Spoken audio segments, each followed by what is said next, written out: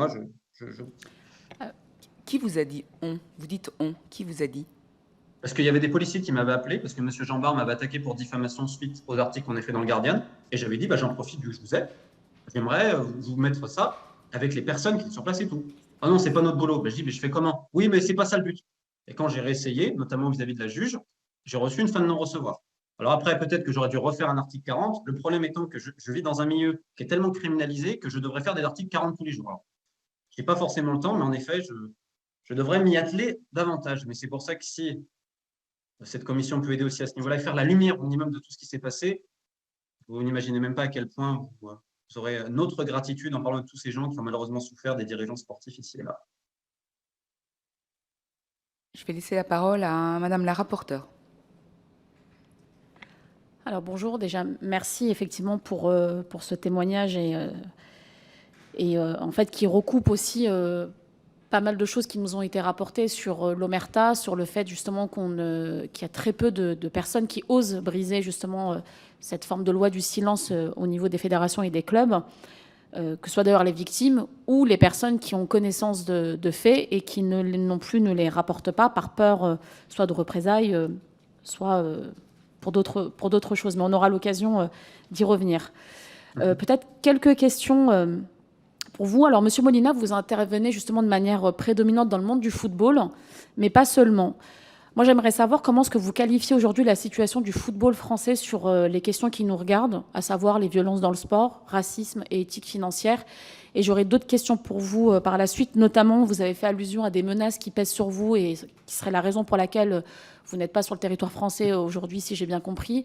Peut-être nous en dire aussi un peu plus à ce niveau-là. Merci.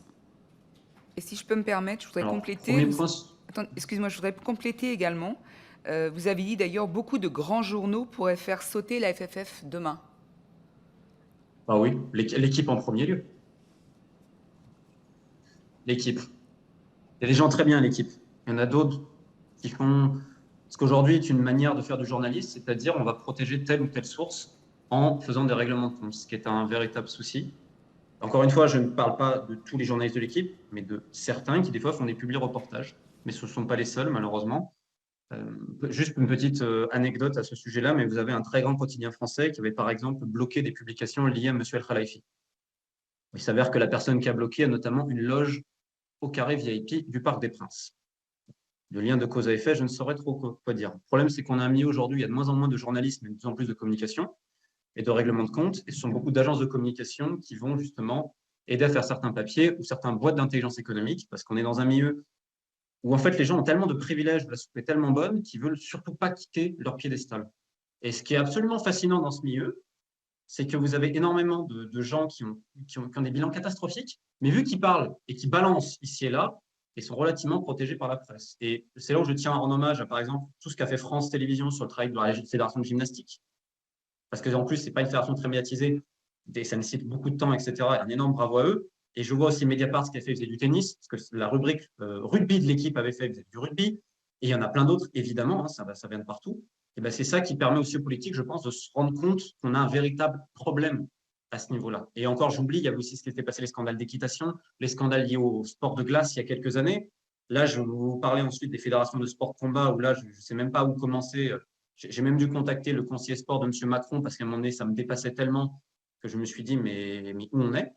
Et maintenant, pour répondre à vos questions, Mme la rapporteuse, dans le milieu du foot, vu qu'il y a énormément d'argent et énormément de pouvoir politique, que ce soit dans les petits clubs et les gros clubs, c'est-à-dire que souvent, il y a des élus qui vont associer une certaine réussite et beaucoup de subventions à un club de football. Officiellement, on va vous dire, mais non, mais c'est pour les jeunes. En réalité, c'est tout pour une équipe première.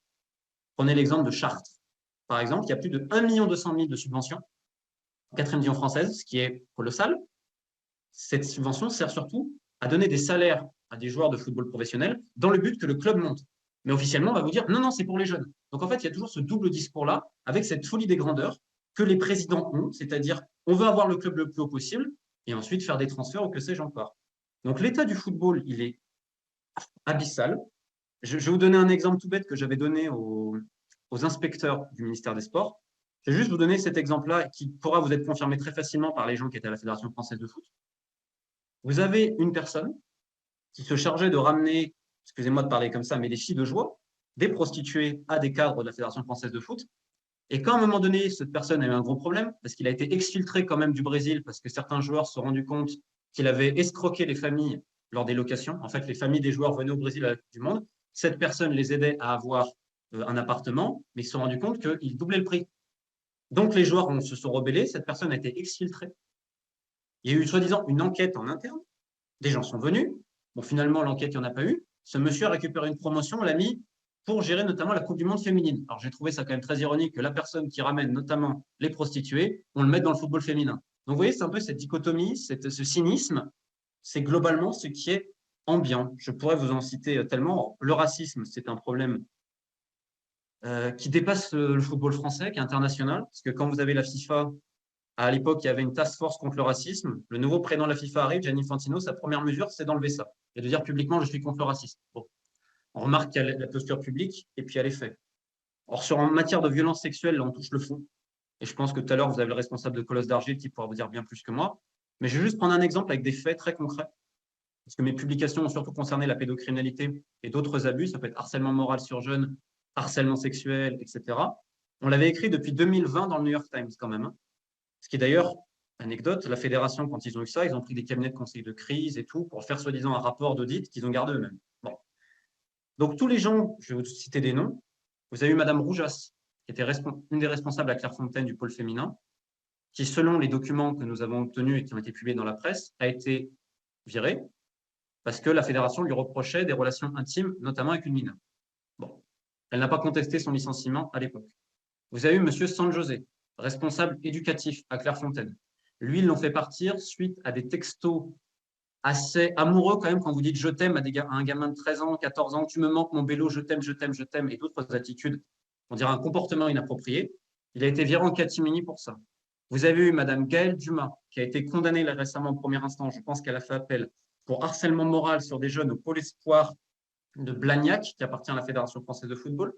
Vous avez eu dans les années 80 l'ancien sélectionneur des filles de l'équipe de France, M. Cochet, qui est décédé, qui avait été dégagé en catimini de l'époque parce qu'en fait, il fallait coucher avec lui si vous voulez jouer. Vous avez eu Mme Loisel qui vient de quitter la Fédération française de foot. Son avocat, évidemment, dit qu'elle n'avait rien fait. Nous avons publié simplement un PV de M. Gérard Prêcheur, aujourd'hui entraîneur de l'équipe féminine du Paris Saint-Germain, qui à l'époque était à Clairefontaine, qui avait expliqué à la police que Mme Loisel faisait ses choix selon l'orientation sexuelle des joueuses. Alors, M. Prêcheur dit aujourd'hui ne plus se souvenir. Il y a le PV en tout cas. C'est quand même bien commode. Vous allez voir les troubles de mémoire, les pertes de mémoire. C'est assez terrible à la Fédération française de foot. Parce que donc, vous avez toutes ces affaires-là. Vous avez également l'affaire Galetti dans l'arbitrage qui envoyait des messages, notamment sur Facebook, en disant qu'il pouvait faire des pipes à des gamins et à des adultes en échange de promotion dans l'arbitrage. Vous avez également le témoignage de M. Nicolas Potier dans le magazine SoFoot, qui date du mois dernier, qui explique aussi un petit peu tout ça. Et donc, vous avez tous ces gens-là qui ont tous été à un moment donné écartés de la Fédération française de foot parce que la Fédération française de foot estime qu'ils sont un danger pour leurs licenciés. La question est, comment les clubs amateurs peuvent-ils savoir ce qui s'est passé vu qu'il n'y a eu aucune communication, que toutes ces personnes ont gardé leur diplôme et leur licence, alors que selon les statuts de la Fédération française de foot, on peut leur enlever, et qu'aujourd'hui, quand vous avez eu ce consensus, c'est-à-dire qui est le rapport de l'inspection générale du ministère des Sports, qui constate un lourd passif en matière de violence sexuelle, je reprends les mots, comment l'expliquez-vous qu'il n'y a eu aucune sanction, que les poursuites qu'il y a eu, on a trouvé une prescription, on s'est trompé de chef d'inculpation, et que tous ces gens-là restent dans le football, retrouvent des postes, gardent leur diplôme, et que la seule personne aujourd'hui qui est attaquée, qui est en danger, pour 3 plaintes, c'est celui qui a dénoncé, c'est-à-dire moi. Donc là, je vais me permettre de prendre le Larousse, qui explique que la mafia, c'est un groupe occulte de personnes qui se soutiennent dans leurs intérêts par toutes sortes de moyens. Et je pense que là, nous avons la définition d'une entreprise mafieuse. Et encore plus grave, parce qu'on parle d'enfants quand même. Hein. Ça peut l'air les gêner. Alors, si je peux me permettre juste une précision, donc à votre connaissance, et je vous demanderai de confirmer, toutes les personnes citées, que vous venez de citer en tout cas, ne font pas l'objet d'interdiction d'exercer auprès de mineurs. Non. Non. Et ils ont leur diplôme. Et alors, il y a notamment un président de ligue, il faudrait que je vous le retrouve. Je vous retrouverai après, je vous donnerai son nom, qui a demandé à la Fédération française de foot, est-ce que certains diplômes pourraient être enlevés? Parce que selon les statuts, c'est possible s'il y a une atteinte à la morale.